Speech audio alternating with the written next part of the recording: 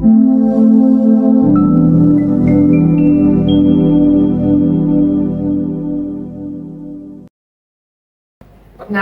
nama saya Dewi Rorolan.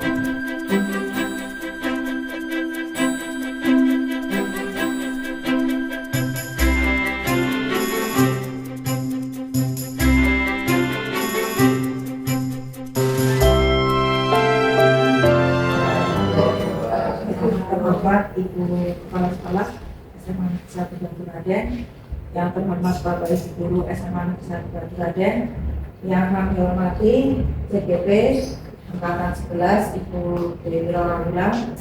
Marilah kita panjatkan puji syukur kepada Allah Subhanahu wa Ta'ala pada pagi hari ini, hari Kamis 22 Agustus 2024. Kita akan mengikuti diseminasi budaya positif yang akan dipaparkan oleh Ibu Dewi Rorolan. Untuk menyingkat acara, susunan acara pada pagi hari ini, yang pertama pembukaan, kedua menyanyikan lagu Indonesia Raya dan Mars Nagara, ketiga pemaparan diseminasi budaya positif, keempat tanya jawab, kelima penutup. Untuk mempersingkat acara, marilah kita buka acara ini dengan bacaan basmalah bersama-sama. Selanjutnya menyanyikan lagu Indonesia Raya dan Mars Nagara. Hadirin dimohon berdiri.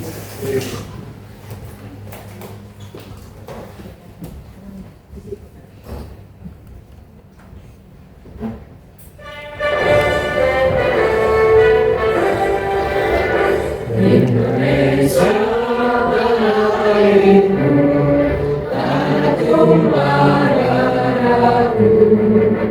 Di sana aku berdiri, jadi pandu ibuku.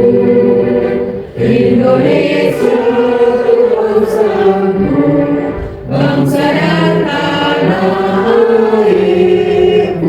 Marilah kita bersatu, Indonesia bersatu. Hiduplah tanahku, hiduplah negeriku, bangsaku, rakyatku semuanya.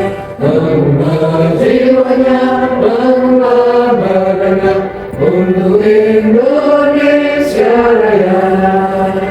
Indonesia Raya, merdeka, merdeka, tanahku, negeriku yang ku cinta. Indonesia Raya, merdeka, merdeka, hiduplah Indonesia Raya.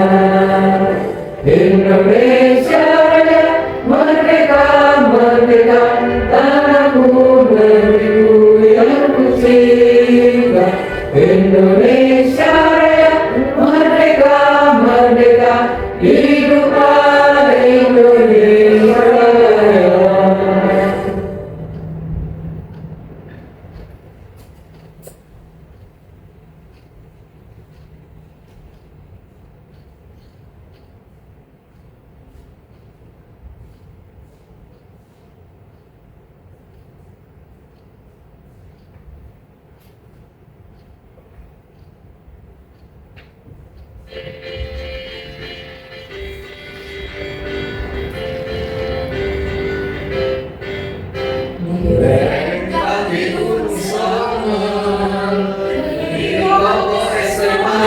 Batu Raden, siswa yang takwa, cerdas dan terampil, menuntut ilmu menggali potensi, buatkan tekad dunia derajat, dalam asuhan ibu serta bapak guru, kerjakan disiplin setiap waktu, berorganisasi bermutu, walau rintangan menghadap, terus berjuang, panjatkan doa kepada Tuhan, keberhasilan masih akan datang, dan semangat bersatu pula wujudkan cita-cita membangun bangsa.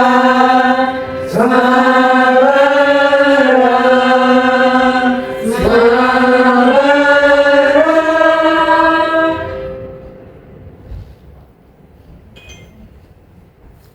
Terima kasih. Hadirin, terima kasih.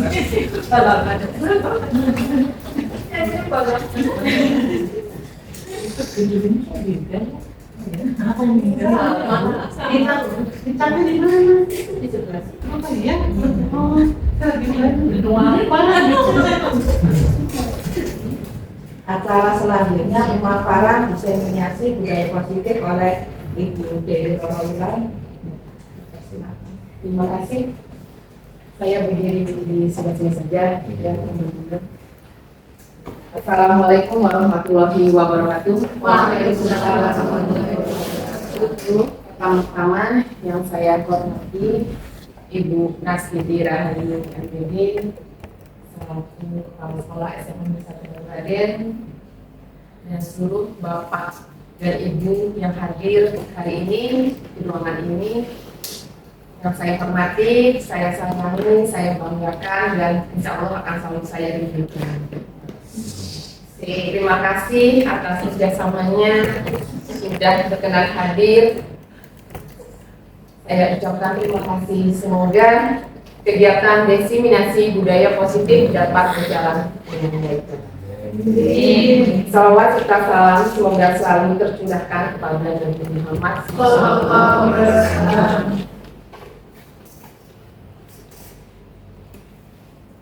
Yang membawa petunjuk kepada seluruh umat manusia. Alhamdulillah pada kesempatan yang berbahagia kita dapat berkumpul dalam rangka kegiatan diseminasi budaya positif dengan tujuan untuk menumbuhkan budaya positif di sekolah melalui guru sebagai agen perubahan. Kita tahu bahwa di SMA Negeri 1 Batu Raden banyak sekali kasus-kasus murid, apalagi di masa SMA ini merupakan tantangan bagi kita untuk dapat bekerjasama, menumbuhkan persaudaraan untuk menciptakan masa depan yang lebih baik bagi kita, guru, siswa, dan seluruh warga sekolah SMA Negeri 1 Raden. Perkenalkan, nama saya Dewi Rorongan. Saya CDP Angkatan 11 Kabupaten Banyumas. Diseminasi ini merupakan salah satu tugas saya untuk mempraktikkan aksi nyata budaya positif di SMA Negeri 1 Batu Raden.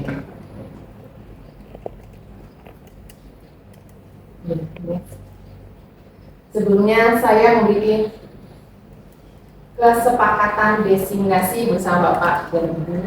Saya mohon kehadirannya, bukan cuma fisiknya, tapi hati dan pikirannya semoga hadir di ruangan ini. Terus saya juga mohon izin kegiatan ini akan direkam selama 1 bulan ke depan. Dan untuk HP saya mohon maaf untuk bisa di silence. Untuk kesepakatan lainnya mungkin mau ada yang menambahkan? Ya, ada yang mau minum, makan, setuju? Ya kita sepakati boleh yang mau minum dan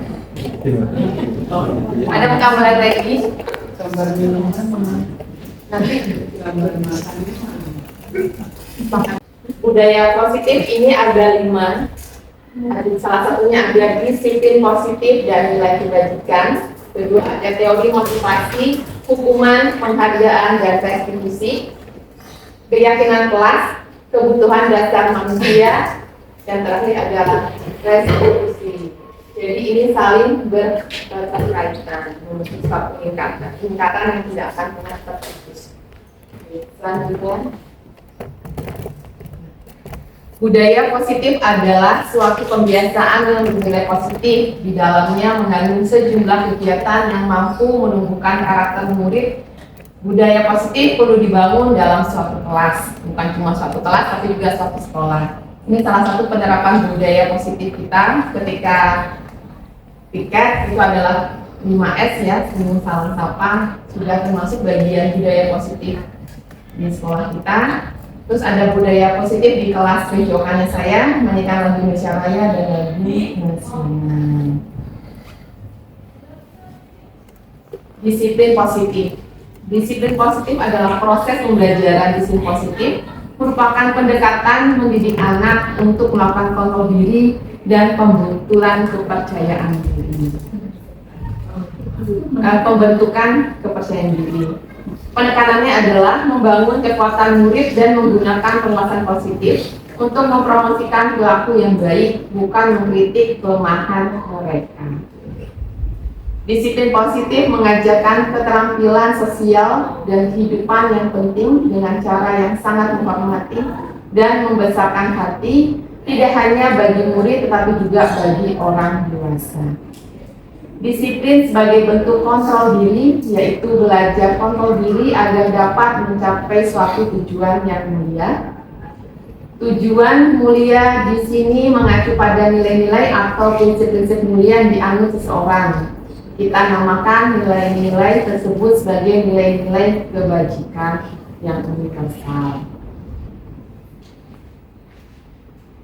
Nilai-nilai kebajikan itu terdapat dalam profil pelajar Pancasila: beriman bertakwa kepada Tuhan Yang Maha Esa dan berakhlak mulia, mandiri, bernalar kritis, berkebinekaan global, gotong royong, dan kreatif.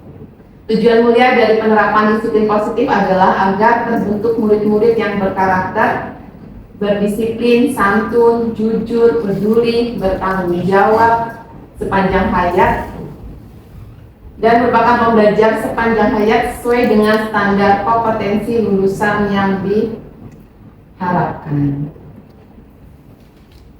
Ini ada 3 teori motivasi untuk menghindari ketidaknyamanan atau hukuman, untuk mendapatkan imbalan atau penghargaan dari orang lain, untuk menjadi orang yang mereka inginkan dan menghargai diri sendiri dengan nilai-nilai yang mereka percaya. Jadi teori motivasi ini adalah merupakan sesuatu tindakan yang dilakukan murid. Misalnya dia melakukan tindakan tersebut atas dasar tertentu, motivasi tertentu. Ini yang tadi untuk menghindari ketidaknyamanan dan hukuman. Ini adalah tingkat terendah dari motivasi perilaku manusia. Biasanya orang yang memotivasi pelaku untuk menghindari hukuman atau ketidaknyamanan akan bertanya, apa yang terjadi apabila saya tidak melakukannya? Sebenarnya mereka sedang menghindari permasalahan yang mungkin muncul dan berpengaruh pada mereka secara fisik, fisiologis maupun tidak terpenuhnya kebutuhan mereka. Bila mereka tidak melakukan tindakan tersebut, motivasi ini bersifat eksternal. Terus yang kedua, untuk mendapatkan imbalan dan penghargaan dari orang lain.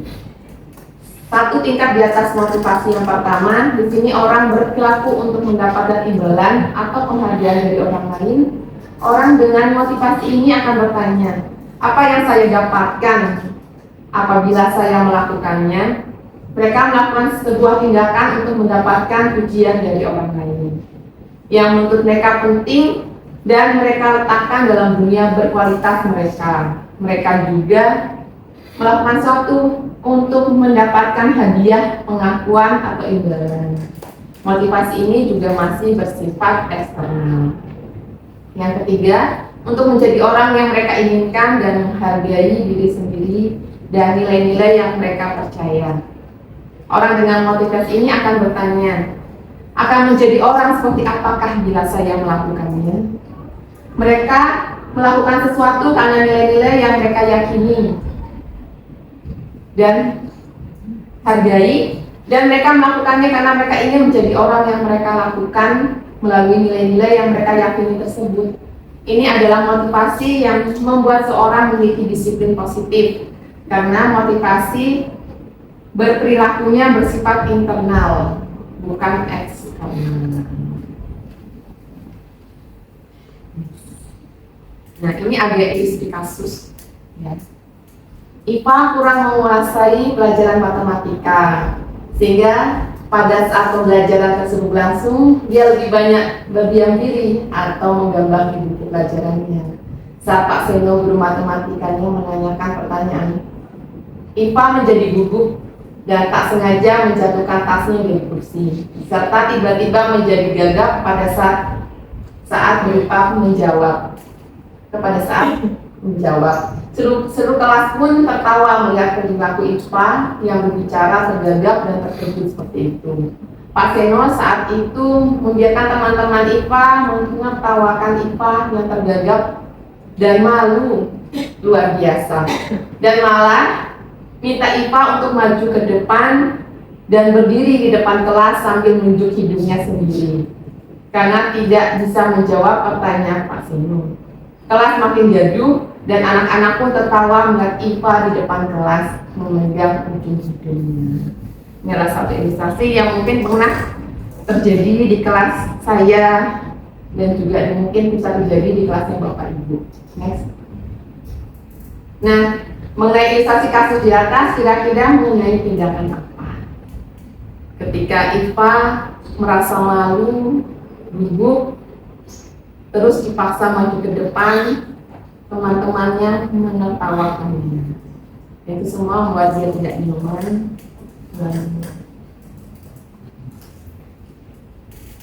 Jawab. Boleh.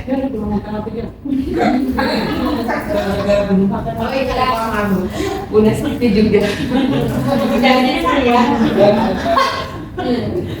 Kalau misalnya dilakukan Marcelo perhitungan, ya nantinya tidak melihat efek depan bagi psikologis dari IPA itu. Nah, kalau saya sendiri sebagai guru matematika nggak mungkin lah seperti itu. Karena apa? Pelajaran matematika saja sudah dirasa berat, apalagi sudah diberikan sanksi yang sebenarnya itu kan tidak sengaja. Sebaiknya yang memang satu menghentikan tertawaan dari teman-temannya, dan yang kedua justru memberikan penguatan kepada siswa IPA tadi untuk bahwa ketidaksengajaan itu sesuatu hal yang wajar, tidak menjadikan yaitu diurus-urus atau bagaimana, tetapi juga kita memposisikan kedudukan IPA itu sebagai sesuatu yang wajar. Menurut saya seperti itu. Terima kasih Bu Ida, jawabannya sangat luar biasa. Mungkin ada yang mau menambahkan? Nambahin, Boleh. mantan murid saya bilang gimana waktu Gimana kan? Ya, sebenarnya itu memang sendiri curhat ya Bu. Itu menambahkan bumbu gitu.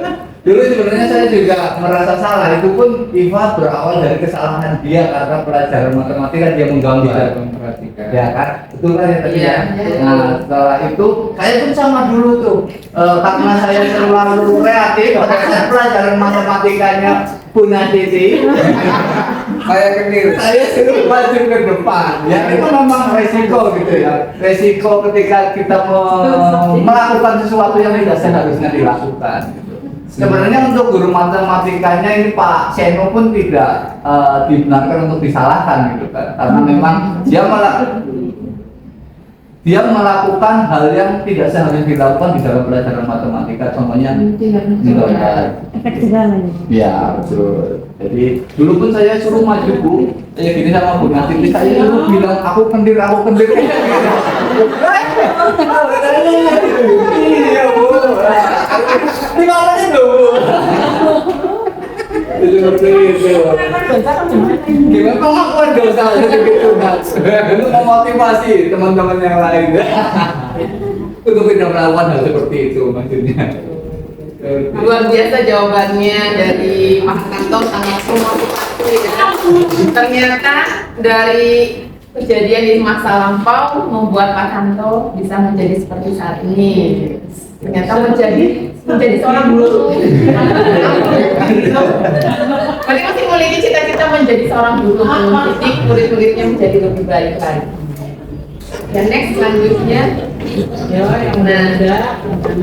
ini ada hukuman, konsekuensi atau restitusi. Kasus tersebut bisa kita kategorikan ke yang mana? Ya, hukuman. Hukuman ini tidak terencana atau tiba-tiba. Anak atau murid tidak tahu apa yang akan terjadi dan tidak dilibatkan Hukuman bersifat satu arah dari pihak guru yang memberikan dan murid hanya menerima suatu hukuman tanpa melalui suatu kesepakatan atau mengarahkan dari pihak guru baik sebelum atau sesudahnya. Hukuman yang diberikan bisa berupa fisik maupun psikis. Murid atau anak disakiti oleh suatu perbuatan atau kata. Ya, konsekuensi sudah terencana atau sudah disepakati, berarti murid tersebut sudah setuju dan tahu apa konsekuensinya dibuat oleh pihak guru atau murid. Sudah mengetahui sebelumnya konsekuensi yang akan diterima bila ada pelanggaran. Pada konsekuensi, murid tetap dibuat tidak nyaman untuk jangka waktu pendek. Konsekuensi biasanya diberikan berdasarkan suatu data yang umum dapat diukur, misalnya setelah 3 kali tugas yang tidak diselesaikan pada batas waktu yang diberi. Ini restitusi adalah proses menciptakan kondisi bagi murid untuk memperbaiki kesalahan mereka sehingga mereka bisa kembali pada kelompok mereka dengan karakter yang lebih kuat. Restitusi juga merupakan proses kolaboratif yang mengajarkan murid untuk mencari solusi untuk masalah mereka dan membantu murid berpikir tentang orang seperti apa yang mereka inginkan dan bagaimana mereka harus memperlakukan orang. Next. Nah, ini ada identitas yang gagal, identitas yang sukses. Ada hukuman, konsekuensi, dan restitusi. Ini biasanya kalau ada identitas yang gagal, kalau anak itu selalu diberikan hukuman. Biasanya sesuatu yang menyakitkan harus terjadi, tidak nyaman untuk murid, anak untuk jangka waktu panjang, korban mendapatkan keadilan, murid atau anak akan tersakiti, perilaku pasif agresif meningkat, sistem tidak akan berjalan bila murid tidak mampu. Berlaku hanya pada sebuah institusi, tidak berlanjut pada kehidupan nyata. Berarti hanya berlaku di hukum itu saja. Selanjutnya setelah selesai bubar lagi. Ya. Peraturannya adalah kamu harus begitu, kamu harus begini, kamu harus begitu. Murid akan membenci peraturan. Nah, ini negatifnya. Awas kalau dihukum lagi ya. Nanti awas kamu. Ini kata-kata yang sering keluar pada hukuman. Terus ada motif paksaan. Kamu harus melakukan ini, mau nggak mau, ini terbaik bagimu. Mendorong menyalahkan diri. Berarti guru membantu menyalahkan diri anak tersebut. Kamu tuh salah, gini dan sebagainya. Terus anak tersebut juga merasa bahwa konsep diri dia itu adalah guru. Kalau konsekuensi, sesuatu itu harus terjadi karena perbuatan yang dia lakukan. Dia merasa tidak nyaman untuk jangka waktu yang pendek. Kalau hukuman jangka waktunya panjang, korban bisa merasa diabaikan, anak dibuat tidak nyaman, penguatan hanya bertahan dalam jangka waktu pendek, memerlukan monitoring dan supervisi terus-menerus dari guru. Biasanya ini akan sering pengulangan. Biasanya kalau dengan konsekuensi, biasanya anak yang masuk di kasus hanya anak itu saja. Nah, akan pengulangan karena efeknya juga jangka pendek. Membantu penerapan mengikuti peraturan dalam masyarakat. Apa peraturannya? Mampukah kamu melakukannya? Terima kasih. Dan murid menghormati peraturan. Netralnya, ini adalah perilaku yang netral. Lakukan apa yang saya katakan. Nah, berarti guru masih terlalu dominan di sini. Masih stimulus respon, berarti murid tidak diberi kesempatan untuk mengeksplor dirinya sendiri. Terus mendorong keputusan, berarti guru memerlukan keputusan terbaik untuk muridnya. Konsep diri baik, anak tersebut menjadi konsep baik bila mengikuti stimulus dan respon dan dorongan kepatuhan dari guru tersebut. Kalau yang restitusi merupakan pilihan, anak diberi suatu pilihan, menguatkan untuk murid atau anak dalam jangka waktu yang panjang. Jadi ketika terjadi permasalahan, murid itu merasa terkuatkan dengan suatu kasus, jadi menjadikan karakter dia lebih baik, bukan menjadi lebih buruk. Korban Mendapatkan ganti. mendapatkan ganti. Ya. Murid anak mendapatkan penguatan, masalah terpecahkan, murid belajar bertanggung jawab atas perilakunya. Nah, ini anak sudah diberi kepercayaan untuk bertanggung jawab. dulu. Ya. Ini maksudnya dalam satu matriks itu, satu baris itu sebagai konsekuensinya apa enggak sih? Misalnya berlaku hanya pada sebuah institusi, tidak berlanjut pada kehidupan nyata. Iya. Konsekuensinya membantu penerapan, mengikuti peraturan Satu dalam baris-baris ya. Baris itu saling berhubungan apa enggak? Enggak, ini sesuai dengan konsepnya. Tadi kan ada kasus IPA. Oh, Ya, gitu. misal kita menyelesaikan dengan hukuman, Berarti antara akan turun ke kolom bawah. satu, kolom dua, dan kolom Iya, tiga tidak saling tidak berhubungan. saling berhubungan. Kalau kita melakukan dengan konsekuensi, anaknya akan menjadi seperti ini. Kalau dengan Milih restriksi, juga ya. akan menjadi seperti Pilih ya. ini. Jadi guru melakukan pilihan, Iya. ya, akan menjadikan karakter murid yang seperti apa. Terus murid diberikan pertanyaan, apa yang kamu yakini? Apa yang bisa kamu lakukan untuk memperbaiki masalah ini? Terus murid menjadi menghormati diri dan dirinya dan orang lain. Positifnya, apakah hal ini yang sesungguhnya ingin kamu lakukan? Di mana teori kontrol, sini sudah ada teori kontrol dari guru, mendorong disiplin positif dan konsep diri kuat. Next. Nah, ini masih ada dari bagian dari hukuman, konsekuensi, dan restitusi. Kita lanjut aja, mungkin sudah ada gambaran dari Bapak Ibu. Sudah, ya next. Jangan gambar dihukum sama pasien. Nah, ini adalah dihukum oleh penghargaan.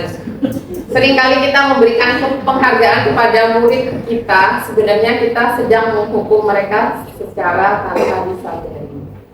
Saat kita berulang kali menjanjikan hadiah kepada anak-anak agar berperilaku bertanggung jawab, atau kepada seorang murid agar mempelajari sesuatu yang baru, atau kepada seorang karyawan agar melakukan pekerjaan yang berkualitas, kita sedang berasumsi mereka tidak dapat melakukannya, atau mereka tidak akan memilih untuk melakukannya. Jadi kita memberikan hadiah, kalau kamu bisa ini memberikan hadiah, berarti dia bisa memilih, oh hadiahnya cuma itu doang, berarti saya tidak melakukannya. Terus kita juga sedang berasumsi, oh pasti dia nggak mungkin dapat melakukannya. Ini ada pernyataan dari Alif Kon mengemukakan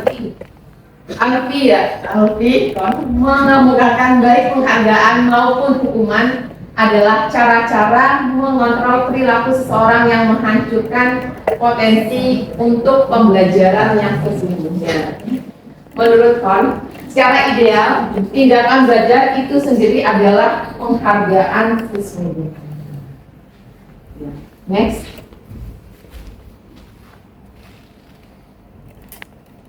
Kon selanjutnya juga mengemukakan beberapa pernyataan dari hasil pengamatannya selama ini tentang tindakan memberikan penghargaan yang nilainya sama dengan menghukum kesalahan. Penghargaan tidak efektif, misalnya suatu penghargaan adalah suatu benda yang sesuai yang diinginkan, yang dibuat dengan persyaratan. Hanya jika Anda melakukan ini, maka Anda akan mendapatkan penghargaan yang diinginkan. Jika saya mengharapkan suatu penghargaan dan tidak mendapatkannya, maka saya akan kecewa dan berkecil hati, serta kemungkinan lain kali saya tidak akan berusaha sekeras sebelumnya. Jika kita memberikan seseorang suatu penghargaan untuk melakukan sesuatu, maka kita harus terus-menerus memberikan penghargaan itu jika kita ingin orang tersebut meneruskan perilaku yang kita inginkan. Terus, orang yang berusaha berhenti merokok atau orang yang berusaha diet menguruskan badan, bila diberikan penghargaan, hampir pasti tidak berhasil. Yang next selanjutnya, penghargaan rusak hubungan. Nah, ini. Ketika seorang diberi penghargaan atau dipuji di depan orang banyak, maka yang lain akan merasa iri, dan sebagian dari mereka akan tidak menyukai orang yang dipuji, yang diberikan penghargaan tersebut. Ini penghargaan bisa berupa pujian juga, tidak harus dari hadiah. Jika seorang guru sering memberikan penghargaan kepada murid-muridnya, besar kemungkinan murid-muridnya termotivasi hanya untuk menyenangkan gurunya. Mereka tidak akan bersikap jujur kepada guru tersebut. Yang penting gurunya senang gitu ya. Nah, penghargaan menciptakan persaingan di dalam kelas, dan persaingan menciptakan kecemasan.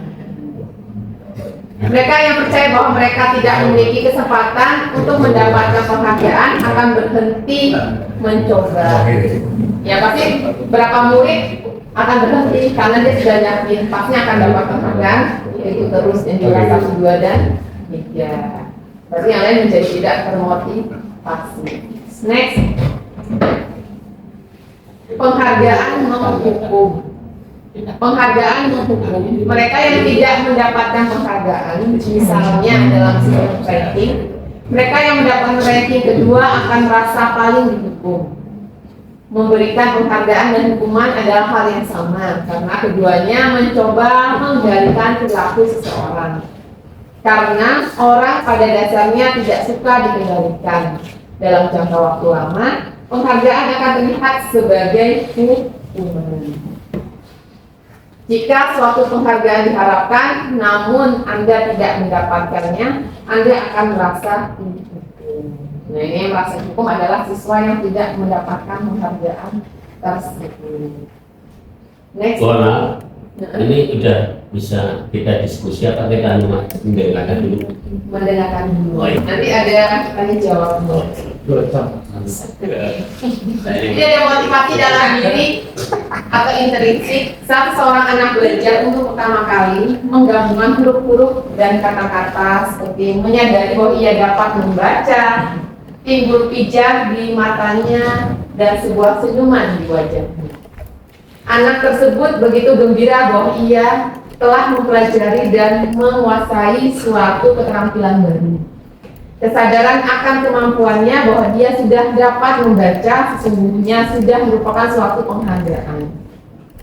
Jika kita memberikan penghargaan kepada seseorang anak pada saat dia sedang merasa bangga dengan pencapaiannya sendiri, maka kita akan mengambil kegembiraan yang saat itu sedang dirasakan secara alami. Jadi ketika anak berhasil dengan kemampuannya, biarkan dia bahagia secara alamiah.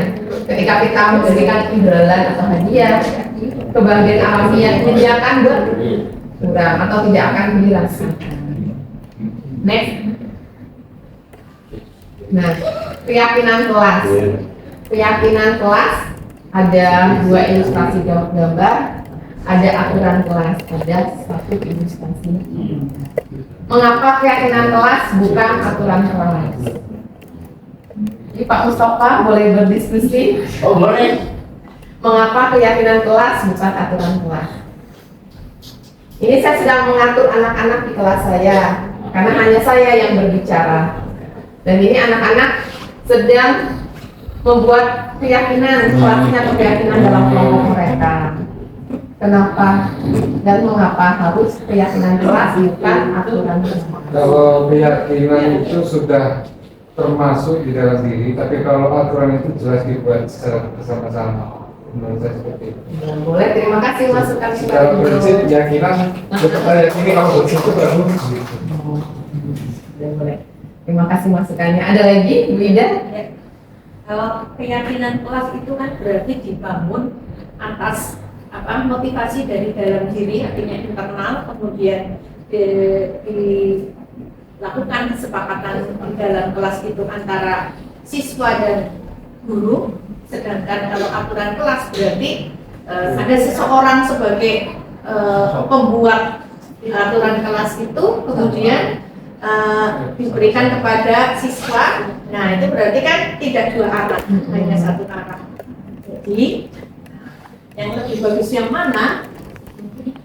Jadi kalau menurut saya interface, apa keyakinan itu internal, kalau aturan itu eksternal. Ya, Jadi dari itu. ini sudah mulai mengkerucut ya dari yang ditambahkan dari Bapak, dari Ibu. Terima kasih masukannya dari Ibu Ida dan Ibu. Ini sangat membantu sekali. Ternyata Ibu Ida dan Ibu sudah mempelajari dan sudah memahami. Sudah menerapkan. Sudah menerapkan. Next kita lanjut. Nah ini ada gambar pengendara motor. Kira-kira apa yang kita lihat dari gambar ini? Apa ini? Nggak ada jalan rayanya itu nggak punya Kita aturan. coba Pak ilustrasi. Itu Bukan itu, kenapa dia menggunakan helm? aturan sih. Aturan. Masuk angin. Kalau menurut saya keyakinan itu harus pakai helm. Keyakinan. Dengan yakin ya, Biar selamat ya. Aturan, keyakinan. Atau dipaksa harus pakai helm mungkin bisa. Betul. Yuk kita next. Aturan polisi hilang. Apa ini? Mengapa kita memiliki peraturan tentang penggunaan helm pada saat mengendarai kendaraan roda 2 atau motor? Kemungkinan jawaban Anda adalah keselamatan. Secara teknis. Nilai-nilai keselamatan atau kesehatan inilah yang kita sebut sebagai suatu keyakinan. Tadi sudah disebut dengan tadi, yaitu nilai-nilai kebajikan atau prinsip universal yang disepakati bersama secara universal, lepas dari latar belakang suku agama, bahasa maupun agama. Menurut Gosser, suatu keyakinan akan lebih memotivasi seorang dari dalam atau memotivasi secara intrinsik. Seseorang akan lebih tergerak dan bersemangat untuk menjalankan keyakinannya daripada hanya sekedar mengikuti serangkaian peraturan. Murid-murid pun demikian. Mereka perlu mendengarkan dan mendalami tentang suatu keyakinan daripada hanya mendengarkan peraturan-peraturan yang mengatur mereka harus berlaku begini atau begitu. Nah, misalnya anak-anak diberikan penjelasan, kau pakai helm ya, nanti ada polisi biar tidak ditilang. Ketika tidak ada polisi di daerah Lengkoa, anak-anak kita banyak tidak menggunakan helm. Kalau kita memberikan mereka pengarahan bahwa menggunakan helm itu untuk keselamatan, ada atau tidak adanya polisi, mereka pasti akan menggunakan. Berarti kita memberikannya adalah keyakinan. Kita menunjukkan keyakinan anak-anak, bukan memberikan aturan kepada anak-anak. Selanjutnya, pembentukan keyakinan sekolah atau kelas. Nah ini Bapak Ibu sudah ada yang memulai ya, keyakinan kelas dan keyakinan sekolah. Keyakinan kelas bersifat lebih abstrak daripada peraturan yang lebih rinci dan rinci.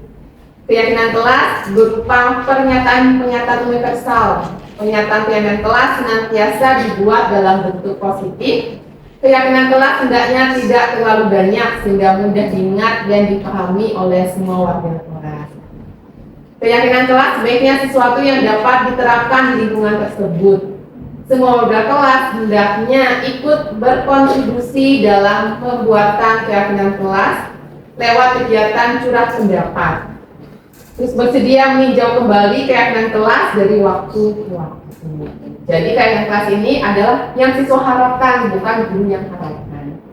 Misalnya siswa mengharapkan kelas yang tertib, kelas yang disiplin. Kita yang membantu memfasilitasi mereka.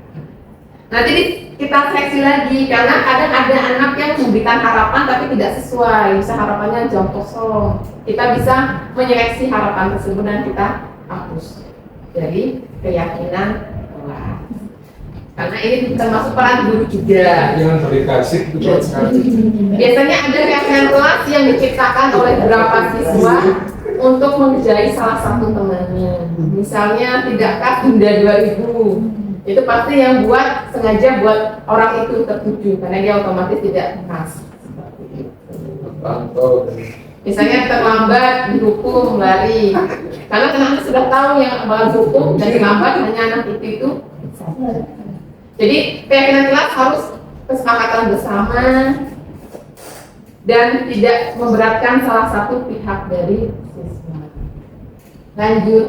Tapi maaf Pak Guru, kalau misalnya di dalam kesepakatan kalau tidak tiket itu kan keyakinan bahwa harus tercipta kebersihan supaya sehat dan lain sebagainya. Nah, kemudian kan anak laki-laki ternyata kan lemah keyakinannya. kebanyakan itu tidak pakai tiket. Nah itu kan di situ ada memang keyakinan apa tadi aturan ada denda bagi mereka yang tidak tiket, dan itu efektif ternyata anak laki-laki ya jadi itu gimana Ya, mungkin itu dia punya uang juga ya. Termotivasi. Termotivasi. Kalau tidak yang sudah punya uang, bayar aja mungkin daripada ya tiket. gitu itu. Mungkin kalau menurut saya, jangan kalau aturan sepakat kelas itu dengan bahasa yang positif, tidak piket, tapi jagalah kebersihan. Jadi kayak nilai-nilai kebajikan universal tadi, jagalah kebersihan. Jadi jadikan keyakinan. Kenapa kita harus menjaga kesehatan untuk kesehatan. Tapi nanti ketika dia tidak menjalankan, guru berhak memberikan konsekuensi. Ya, aturan itu tadi. Aturan. Tapi aturannya harus itu Keyakinan ada, aturan ada. harus tetap membangun dalam jangka panjang. Jangan hanya berlaku di kelas tersebut. Jadi aturan keyakinan itu berlaku untuk kehidupan dia di jangka panjang. Sinyal ini. Adapun nilai-nilai kebajikan yang diterima secara universal selepas dari latar belakang budaya bahasa, suku bangsa maupun agama berupa hal-hal yang dikadilan, kehormatan, peduli, integritas, kejujuran, pelayanan, keamanan, kesabaran, tanggung jawab, mandiri, disiplin, keselamatan, kesehatan, dan masih banyak lain-lain nilai kebajikan universal. Panjang ya. Nilai universal itu banyak sekali Bapak Ibu. Bila kita cari di Google, ini hanya sebagian kecilnya saja. Nilai universal. Iya, nilai-nilai kebajikan. Next. Universal. Di satu keyakinan kelas, setiap orang, setiap anggota kelas harus belajar. Perlu apa wajib? Ini ada contoh yang mana nanti kita pilih yang paling bagus untuk diterapkan. Setiap anggota kelas perlu senang, setiap anggota kelas perlu melakukan tugas, setiap anggota kelas perlu saling menghargai, setiap kelas perlu merasa aman. Itu keyakinan kelas, kita kelas 5. Selalu bersikap positif, senantiasa menjadi diri terbaik, percaya dan menghormati orang lain, serta barang miliknya, berkomitmen terhadap setiap tugas, senantiasa ini ada keyakinan kelas lagi sama kelas 4. Ini adalah hormat. Kami meyakini bahwa sangat penting untuk menghormati semua orang dan barang milik orang lain. Bekerja, kami meyakini bahwa sangat penting untuk mengerjakan segala pekerjaan dan mengikuti kegiatan yang telah ditugaskan, diterima dan dimiliki. Kami meyakini bahwa sangat penting untuk merasa diterima pada suatu kelompok dan saling peduli satu dengan yang lain. Nah, ini kira-kira mana Bapak Ibu keyakinan kelas yang paling bagus dari kelas 1, kelas 5, dan kelas 7?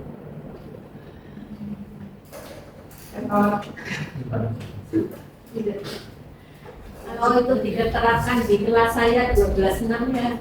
Ini kalau contoh kan yang mudah-mudah. Kalau dilihat dari kalimatnya yang itu yang ini yang kelas 5 itu kalimatnya. Ya, mudah ya.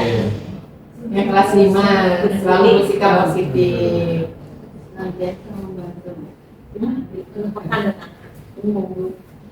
Iya bagus ya, kelas 5 selalu bersikap positif. Kalimatnya bagus sih Iya.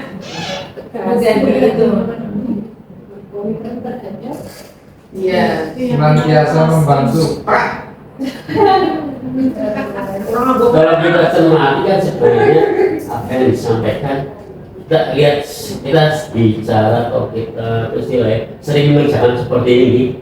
Seleksi buah apa, pola-polanya ambil yang sangat bagus, tapi nanti tinggi sekali. Tapi kita ikut aja alur ini kayaknya kecil. Gitu saya lihat. Ya kita berhanyut bersama. Iya, kita saya kan oh ya ini yang bagus. Karena semuanya kan kita lagi main sinetron. Kan kita tahu seperti itu, hampir semuanya seperti itu. Sinetron apa Pak? Iya. Nanti ada film yang saya. Iya, kita terus tanya gitu. Maksudnya Bu Roro kan hanya menilai dari 3 keyakinan terlepas dari apapun yang ada. Iya, gitu. Berarti kita setuju yang keyakinan kelas iman deh. Yang ini beda. Kalau saya ininya dari kalimat sebetulnya kalimat Bosok pada orang itu jelek lah. Yang kurang gitu. Iya.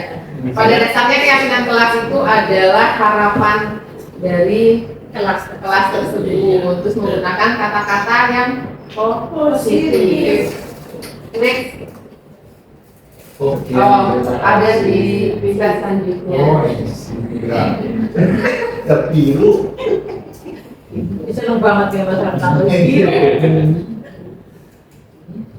Videonya dulu ya boleh bisa maju. Dia sih Kita nonton video dulu ya. Oke. Semoga Bu Roro bertanya, saya pernah begini, Iya. begitu.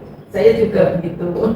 Ini termasuknya gimana Bu? Ini ada anak, 2 anak, saya waktu itu lagi serta anak, saya sebagai anak-anak, Ngajar apa? Belajar. ngajarin anak di sekarang teman-teman, hampir yang orang tua pemain, tapi dua-duanya itu ambil. Ya kan nggak mau rasa salah kutuk kan, kamu gitu. Ya, ini perhatikan seperti ini. Laki-laki ya laki-laki, biar dia tuh merasa baru ajar yang mani. Seperti itu saya. Singkiranya nyambung. Yang mereka saling ikut. Jadi ribut. Jelas nggak mau kan? Gimana Pak? Berarti dia itu tuh kata saya. Kayak gitu. Dia kalau masih yang normal itu mesti nggak mau masih akhirnya dia kan begitu. Iya. Iya. Biasanya itu macam itu. Ya itu efektif. Iya. Pandangan saja tidak benda ini benar orang lah. Ini bukan salah. Pandangannya buruk gitu. Pandangan saya Iya, pandangan saja. dalam sebuah hukuman. Karena efeknya hanya di saat itu efeknya saja ketika saat dia kegiatan yang lain tidak berlaku.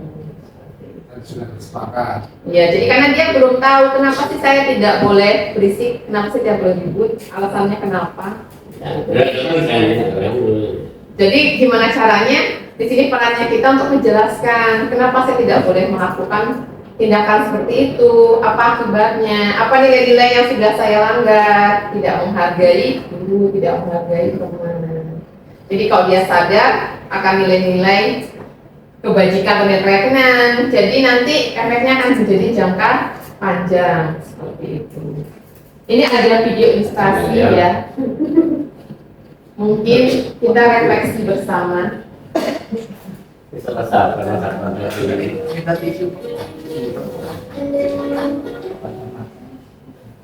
bahagia Ibu dan Bapak Guru Besar dalam penerapan disiplin positif restitusi.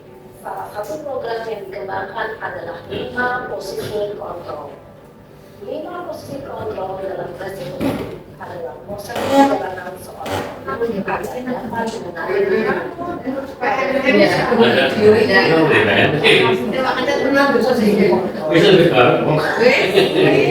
dan contoh penerapannya.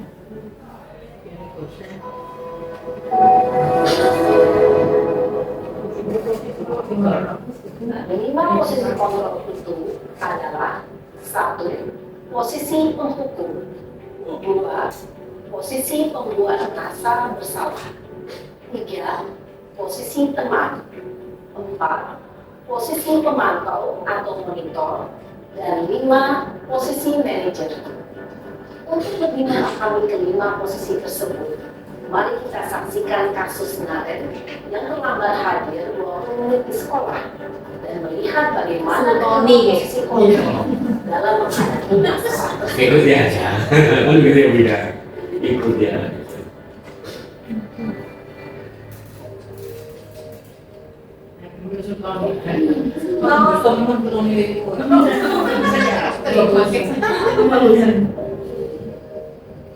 Naren, Ayo. sini kamu. Selalu terlambat. Kamu deh, pasti terlambat. Pak Bu, saya Apa? Apa coba? Nyari Alasannya apa lagi? Kamu itu kamu tidak terlambat? Kamu ya kamu jadi anak ini. Ya sarapan. Gak kapok kamu sih kamu. Sudah berapa kali terlambat? Sana, kamu keliling lapangan basket 2 kali. kenapa saya harus di lapangan basket, Bu? Kenapa? Kamu melawan ibu. Berani-beraninya jawab. Sudah terlambat, masih berani jawab nggak? Iya, satu ya. Sekarang, keliling lapangan basket 5 kali sekalian. Biar kamu. Cepat. Pergi sana ke lapangan basket. Ayo Bu Titio. Posisi pemukul biasanya berbicara dengan nada tinggi, menghadik, menunjuk-nunjuk, menyakiti, dan menggigit. Hukuman bisa berupa fisik maupun psikis. Ibu dan bapak guru hebat tidak akan terjadi pada Dia nggak tahu lapangan pada posisi gampang. adalah murid cenderung akan memberontak, bahkan menyimpan dendam.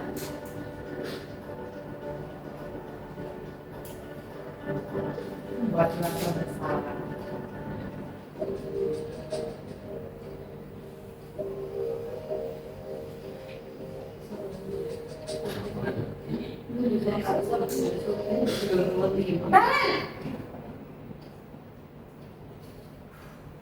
Selamat pagi, Bu. Naren, kamu kenapa terlambat lagi, nak? Nyari sayur. Ya Tuhan, Naren. Kamu senang ya bikin ibu susah ya? Kalau kamu terlambat lagi, nanti ibu yang ditegur bapak kepala sekolah, nak. Disangka ibu tidak bisa membina kamu.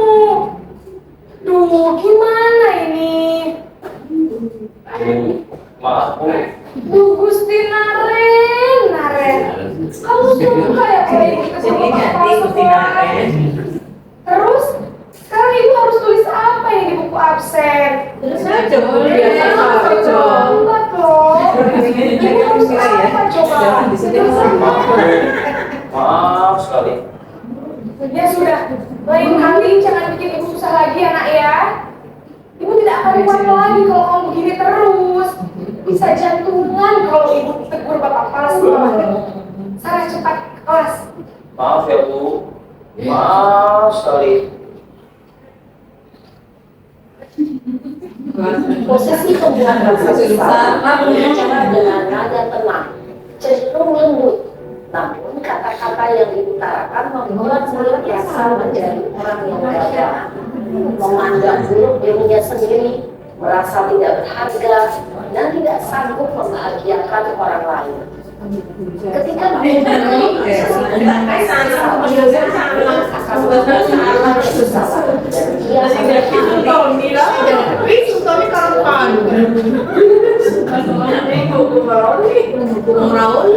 Rauli dilusus sekolah Jepang.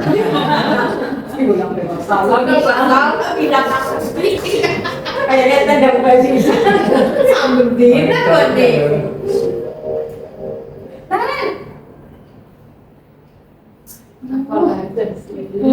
Kayaknya ada kan gue vaksin. Wah, sudah jam berapa ini nak? Terlambat lagi ya saya. Ini gue juga Iya, Bu. nih. Abdi, Bu. Bokong ibu. Saya. Please nih. Saya, Bu. Kamu malah menyalahkan ibu kamu. Kamu bukannya anak yang larinya paling kencang. Kok terlambat sih? Iya, Bu. Saya memang terlambat bangun tadi. Jadi biarpun saya lari kencang, tetap gak kekejar Bu.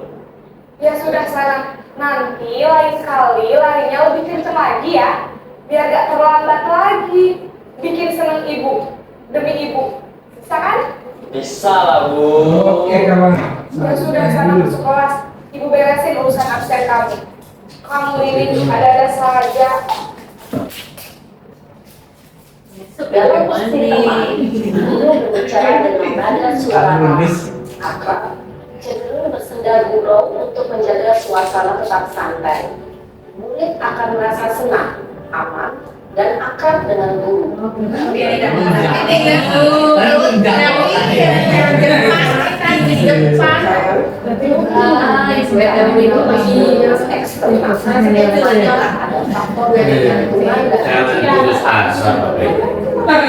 Mana sih kok sih kita omongan ini? Kan mereka sebut kamu sih mana sih?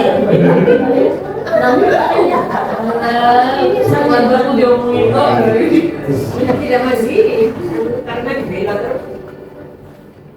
Maksud gue kan kayaknya pengumumannya tidak boleh mengeluarkan siswa. Masuk bisa boleh ya. Tensinya beda gitu.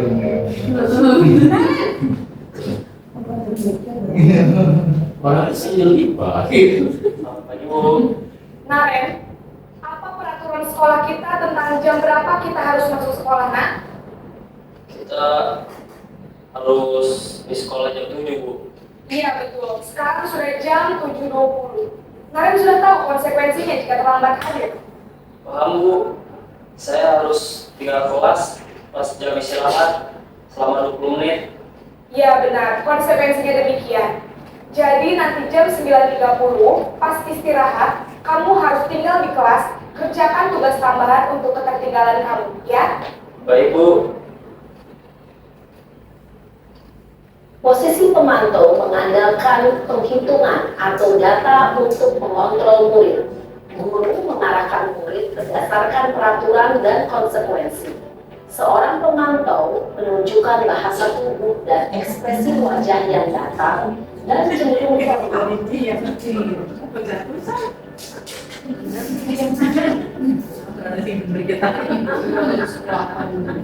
Kayak syuting talk berarti ya dalam sekolah itu. Lagi kami tidak sudah siji. Ini jadi uang akusan.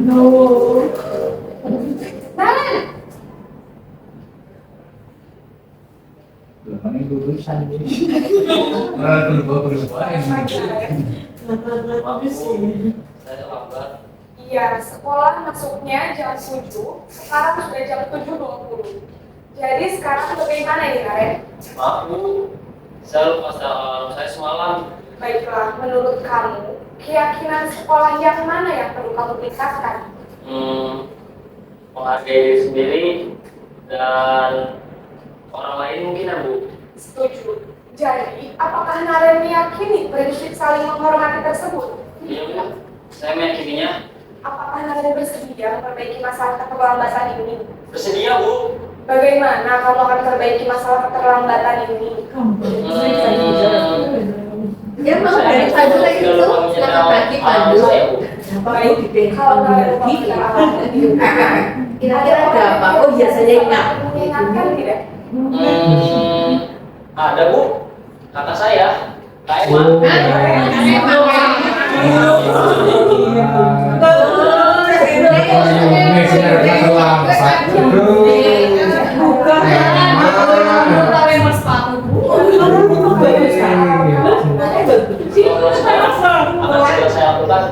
Baik, jadi Naren akan setel alarm untuk bangun besok pagi dan akan diingatkan oleh kakak dan ibu dan Naren ya.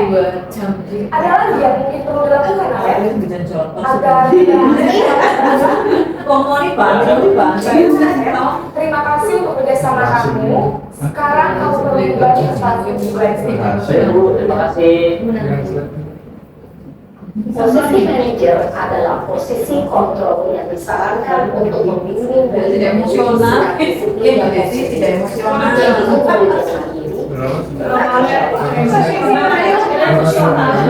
Tujuan dari posisi ini adalah refleksi atas tindakannya. Akan terus memberikan pertanyaan bermakna sehingga membuat murid dapat belajar dari kesalahannya. Banyak Mencari sebuah solusi untuk menyelesaikan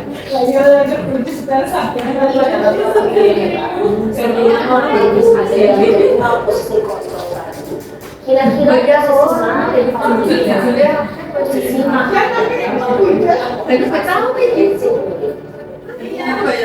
posisi posisi ideal yang ingin dituju setiap individu. Pada posisi inilah guru dapat menerapkan disiplin positif dan berpihak pada murid yang memerdekakan murid. Perjalanan seorang pendidik tentunya tidak mudah untuk sampai pada posisi seorang pendidik. Namun tujuan kita pasti merdeka dan bertanggung jawab. Semoga memperlihatkan ini dapat menjadi ajang refleksi bagi kita semua agar dapat terus mengasah dan menerapkan disiplin positif. Mari terus berlatih dan bersemangat. Selamat menerapkan. Ayo Bu, sini Bu, Salam dan bahagia. Habis teorinya ya Bu. Sini Bu. Baiklah. Ini saya singkat aja ya. Nah, tadi posisi yang terbaik adalah posisi manajer. Manajer Nah, itu apa? bisa kita lakukan ketika dia melakukan kesalahan satu kali. Misalnya ada kasus lagi, nanti ada namanya penerapan, ada namanya kebutuhan dasar murid. Nah, kebutuhan dasar murid atau kebutuhan dasar manusia. Kenapa dia melakukan hal seperti itu? Kebutuhan dasar manusia itu adalah kebahagiaan atau kesenangan, fun, terus mencari pengakuan, terus ada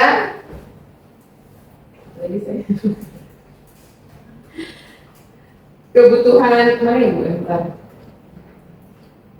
Nah, ini ada rasa bukan ada bertahan hidup, cinta dan kasih sayang, kekuasaan, kebebasan, dan kesenangan. Nah, jadi ini adalah salah satu hal yang mendasari murid tersebut melakukan kasus di sekolah. Misalnya tadi kasusnya Pandu tadi disebut, kita langsung pilih aja. Kenapa dia melakukan perilaku tersebut? Jadi kita harus menganalisis kebutuhan dasar apa yang dia kesenangan. Mungkin dia butuh kesenangan sama penguasaan atau pengakuan. Dia perlu diakui. Mungkin selama ini kasusnya dia belum mengarah ke kebutuhan dasar yang dia perlukan. Misalnya dia itu pengen diakui, maka dia melakukan kesalahan. Gitu. Jadi caranya gimana? Kita memberikan penanganannya, diberilah dia kepercayaan. Di dalam kelompok, di kelas, jangan dipisahkan dari kelompoknya. Butuhlah kelompok malah ini. Iya, diberikan kepercayaan. Kadang temannya dia bilang, saya nggak mau kelompokan sama dia Bu, malah bikin kacau dan mengganggu. Jangan dipisahkan, tapi kita harus memasukkan dia ke dalam kelompok. Jadi penanganannya harus sesuai dengan kebutuhan dasar manusia, kebutuhan dasar murid. Jangan sampai dia membutuhkan kesenangan aja menjadi temannya Heaven, tapi kita hukumannya malah hukumannya tidak sesuai. Seperti itu. Jadi disesuaikan dengan kebutuhan dasarnya. Kenapa dia melakukan hal tersebut? Apakah dia butuh ini Harus kasih sayang, gitu, apa butuh penguasaan, pengen diakui oleh teman-temannya, seperti itu. Atau hanya kesenangan, karena di rumah tidak mendapatkan kesenangan. Jadi menjadi temannya hingga temannya marah itu ada hal yang buat dia senang, buat dia lucu, seperti itu. Makanya akan dilakukan terus selama kebutuhan dasar dia belum terpenuhi, anak tersebut akan melakukan dan mengulangi tadi tindakannya seperti itu. Makanya di sini ada yang namanya segitiga restitusi, cara penanganan siswa sesuai dengan kebutuhan dasar manusia. Kenapa dia terlambat? Dia terlambat tapi diberi hukuman tadi ya besok lambat lagi karena permasalahan dalam diri dia itu belum selesai. Seperti itu. Ada hal yang perlu kita berikan sesuai dengan kebutuhan dasar manusia.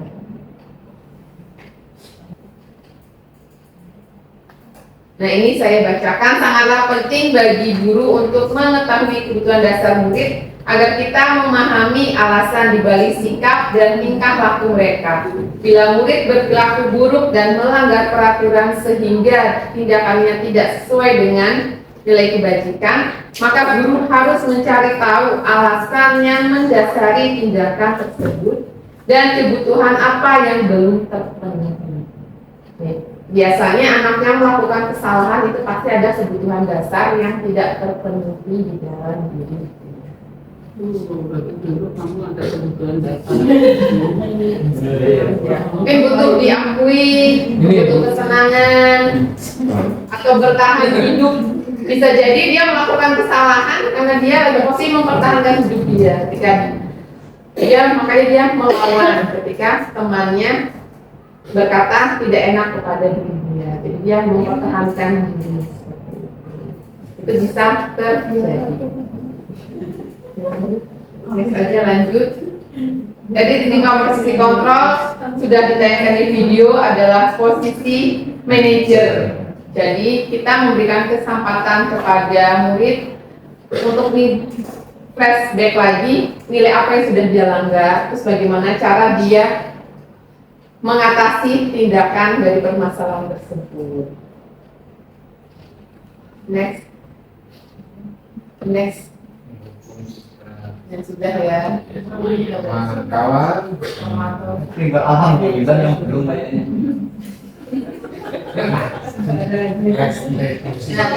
Ini adalah proses menciptakan kondisi bagi murid untuk memperbaiki kesalahan mereka sehingga mereka bisa kembali pada kelompok mereka dengan karakter lebih kuat. Nah, restitusi membantu murid menjadi lebih memiliki tujuan disiplin positif dan memulihkan dirinya setelah berbuat salah. Penekanannya bukanlah pada bagaimana berperilaku untuk menyenangkan orang lain atau menghindari ketidaknyamanan, namun tujuannya adalah menjadi orang yang menghargai nilai-nilai kebajikan yang mereka percaya. Jadi ketika anak-anak mengalami suatu kasus, jangan sampai dengan kasus tersebut dia merasa terkucilkan oleh kelompoknya, oleh temannya, sekelasnya, bahkan sekolahan mengucilkan dia. Dia harus bisa kembali lagi dengan karakter yang lebih kuat di dalam kelasnya tersebut. Dimana peran kita sangat penting untuk menguatkan karakter. Jadi seperti itu Bapak dan Ibu, ada yang mau ditanyakan?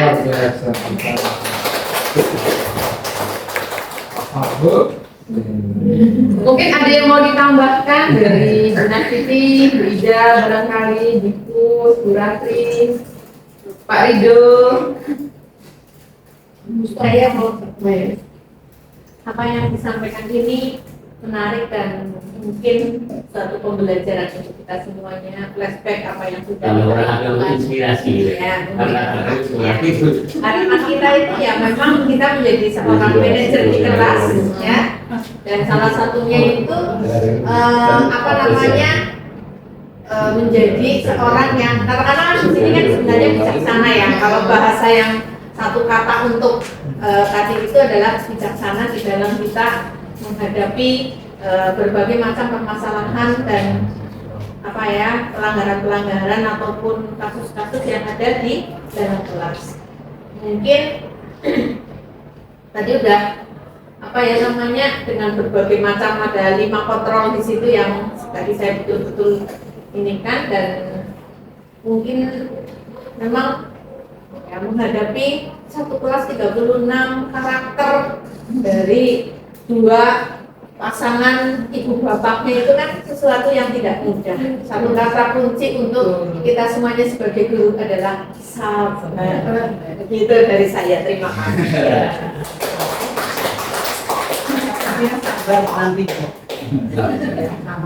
Sabar ini juga termasuk dalam nilai-nilai kebajikan, nilai yang perlu diterapkan. Bila kita sudah menerapkan nilai tersebut dengan cara teratur, nilai tersebut akan menjadi budaya. bisa menjadi budaya di sekolah kita. Terima kasih Bu Ida, masukannya ini sangat membangun bagi saya untuk selalu lebih sabar lagi. Tidak hanya demikian, Amin. saya juga yang mengatakan pemahaman kasih pemahaman sebagai pemahaman terhadap diri saya. Ya, kadang kita merasa Ya, itu, kadang kita merasa anak-anak perasaan sedang menjadi dunia. Kenapa sudah tahu tidak boleh diulangi lagi? dalam sebulan saya menjadi wali kelas 12 itu sudah ada 7 kasus Ya. Saya harap Oke. terima kasih. Jadi dari yang 5 posisi kontrol itu sebetulnya kita sudah pernah melakukan semua ya. Iya. Kalau kita lagi sabar ya berarti yang fungsi yang bagus. Iya. Kalau lagi emosional kayak tadi posisi kemarin ya menggurau gitu ya. Iya. Pokoknya setiap dari kita pernah lah di 5 posisi kontrol itu. Nah, yang saya di sini share dengan Bu Ida itu karena kelas kita berdua adalah kelas istimewa ya, 12.5 dan 12.6 ya. Pas Tapi banget ini, ini. ini hubungannya dengan Mas Ridho ini, jadi 12.5 itu mengajari saya banyak istighfar gitu.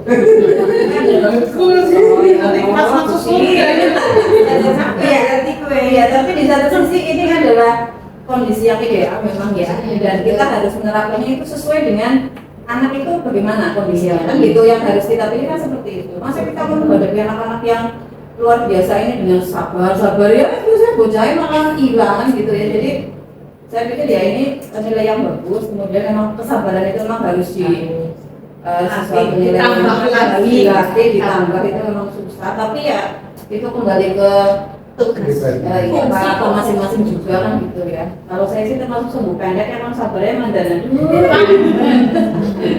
Ya tapi mari kita bersama belajar bahwa inilah yang ideal yang seperti itu. Terima kasih. Mungkin sekali-sekali anak yang berbuat salah kita puji. Mungkin dia pengen diakui. Saya yakin pasti ada salah satu nilai kebaikan atau nilai mapel apa yang paling menonjol di anak-anak tersebut yang sering melakukan kasus. Dipuji di kelebihannya di depan teman-temannya.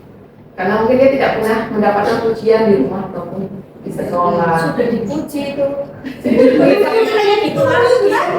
Berarti mungkin haus akan pujian, kurangi pengakuan. Aku solusinya kalau Iya. Masih pengen menjadi pusat perhatian. Kembali kita Iya, karakternya pribadi. anak-anak. Betul. Ya kemarin saya sudah menerapkan menjadi manajer, sudah sabar. Oh malah jadi kebalikannya menjadi orang penghubung. Mungkin perlu diterapkan lagi nilai-nilai apa yang dia langgar. Seperti tadi contoh dari pengendara motor, kalau kita membilangkan memakai helm karena itu aturan, ketika tidak ada polisi dia tidak akan memakai. Cara menanamkan nilai keyakinan itu emang sulit, apalagi di usia yang sudah dewasa seperti ini. Kalau anak kecil mungkin masih jernih ya, masih langsung bisa masuk. Ini sudah ada kontaminasi dari luar, ada hama-hama dari luar, harus kita Mungkin tambahan, kalau misalnya kalau seandainya karakter siswa itu kita gambarkan ada yang seperti benang yang mudah diluruskan, ada yang seperti apa namanya benang bundar, ada yang seperti besi keras. Nah ini kan kalau misalnya yang lurus itu gampang diberikan, kalau yang bundar harus diurai masih mendingan, tetapi kalau yang keras itu harus dipanasi, harus dipenung sehingga yang tadinya bengkok-bengkok itu menjadi lurus. Itu memang porsinya itu berbeda-beda. Seperti yang tadi saya katakan kasus Pandu itu ya, maaf ini saya baru sebulan aja luar biasa. Ini ngomong apa? Benar-benar sudah dipuji. Oh ya, kamu gini. Besoknya lagi saya dapat kabar dari guru BK-nya, ini Bu, gini. Nama nih.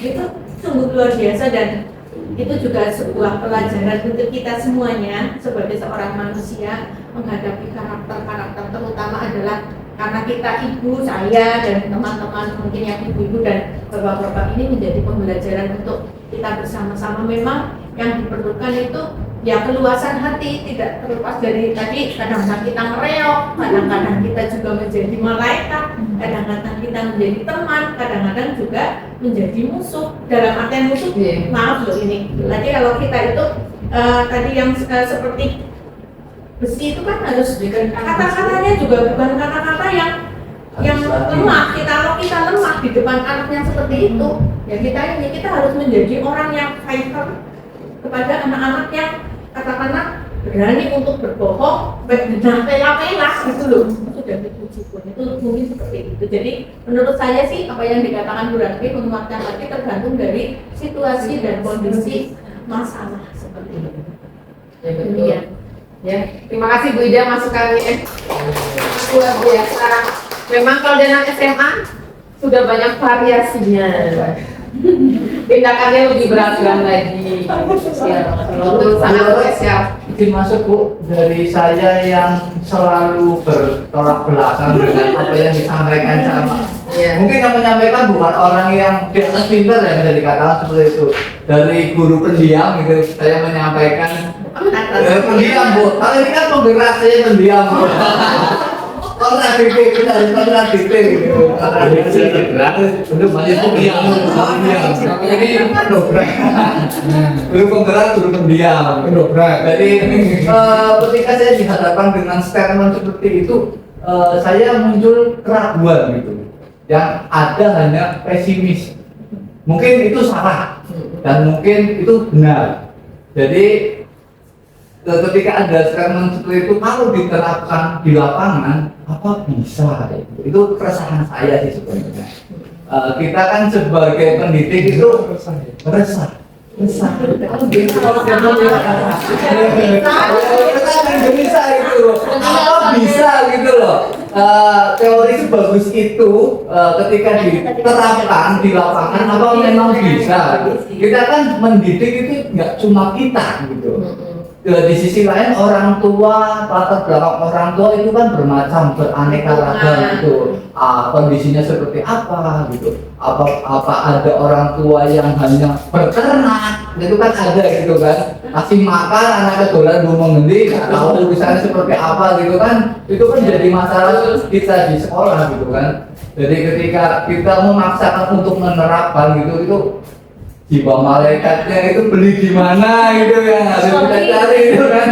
Jadi kalau saya dihadapkan seperti itu bukan saya mempesimiskan, bukan saya apa ya, tapi kok saya itu kok bisa ya gitu. Cuma itu tak kok bisa dikuatkan saya untuk saya ya gitu. Saya akan berusaha untuk menguatkan Pak. Jawabannya pasti. Dulu kan dia ini Bu.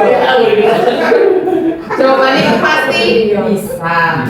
Kadang kita memberikan masukan pada anak tersebut belum tentu hasilnya di SMA ini. Jadi hasilnya itu bisa terlihat nanti ketika kuliah dan sebagainya. Bisa kita memberikan masukan yang negatif, hasilnya juga bisa terlihat langsung di sekolah ini atau nanti ketika dia sudah keluar dari sekolah ini. Ada anak yang diberi nasihat langsung masuk hari ini juga. Ada yang butuh jangka waktu panjang, ada anak yang prosesnya lama sekali. Mungkin saat ini mental karena hatinya belum tersentuh, tapi suatu saat dia pasti akan ingat, oh guru di mana ngomong seperti ini. Dan itu sudah terjadi, misalnya baru sadar ketika umurnya baru 30 tahun itu bisa. Makanya penanaman kata positif itu harus kita lakukan seperti itu. Jangan bilangnya jangan terlambat. Itu bilangnya adalah lebih disiplin lagi ya. Itu pasti akan penanamannya lama. Sama seperti kita belajar teori, kadang teori itu tidak nyambung dengan kenyataan. Bener nggak nyambung? Apalagi kalau kita belajar tentang kayak fisiologi anak, apa yang nggak nyambung di kehidupan nyata. Tapi pasti ada. Kadang kalau di fisiologi itu pendekatan yang paling adalah dengan cerita, saling berbicara, memberikan solusi. Cerita didengarkan seperti itu. Pasti ada efeknya jangka panjang. Dan jangan sampai perkataan kita itu menjadi suatu hukuman atau malah mematikan mental anak tersebut. Karena kekerasan itu bisa juga terjadi melalui fisik atau verbal. Mungkin efeknya tidak di sini atau jangka panjang. Mungkin ada hal yang dia tidak sukai di rumah, dia dibenci, di sekolah dia juga merasa dibenci, makanya dia akan benci. Oke, anak tuh unik lah, intinya emang tadi sabar ya Bu Ida ya. Ada yang kusutnya kusut banget budet gitu ya. Ada yang kusut sedikit langsung buruk, ada yang sudah dilurusin budet lagi. Ada yang seperti itu, seperti iya, sudah diluruskan kembali lagi. Dikentungi, betul, makan walaupun. Yang penting kita sudah melakukan tugas kita dengan baik, bertanggung jawab dan tadi bersama. Emang kembali lagi, mungkin hatinya belum terketuk seperti itu. Pasti suatu saat dia akan terketuk walaupun sudah tidak sekolah di sini. Pasti. Mungkin suatu saat ketika dia sudah sukses, oh Pandu kembali, oh ini Bu Ida di luar kelasku yang sangat perhatian. Kenapa dulu saya tidak baik, saya tidak turun, itu pasti ada. Ya Allah, pasti seperti itu. Itu saja dari saya ucapkan terima kasih. Saya kembalikan lagi kepada moderator.